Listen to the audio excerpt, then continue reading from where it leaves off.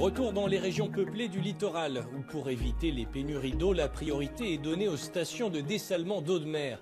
Elles assurent déjà 17% des besoins nationaux en eau potable, un chiffre censé atteindre 60% dès 2030 grâce à de nouvelles stations. Celle de Bateau-Cassé, dans le quartier algérois du même nom, a été mise en service en un temps record dans le cadre d'un plan d'urgence. Et donc toute cette station, vous l'avez construite en 6 mois? Tout à fait. Donc les travaux, ils ont commencé au mois d'octobre. Nous avons livré cette usine, c'est-à-dire on a commencé à produire le 20 mars en pleine capacité 10 000 m3 par jour. Vu le stress hydrique, on s'est donné à fond pour la mettre en service le plus rapidement possible. Dites-moi, elle bénéficie à combien de personnes cette nouvelle station? Cette station, équivalent en litres, c'est 10 millions de litres par jour. Si on prend que chaque citoyen consomme à peu près 100 litres par jour, donc elle va couvrir un besoin de 100 000 habitants.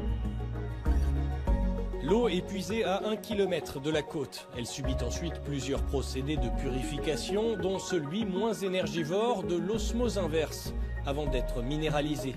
Une technologie qui pourrait être déployée tout le long du littoral algérien.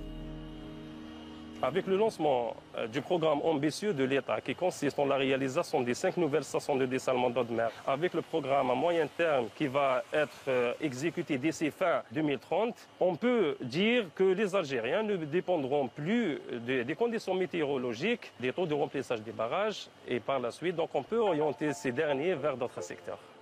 Pour rationaliser au mieux cette précieuse ressource, une autre priorité est de faire au mieux pour la recycler.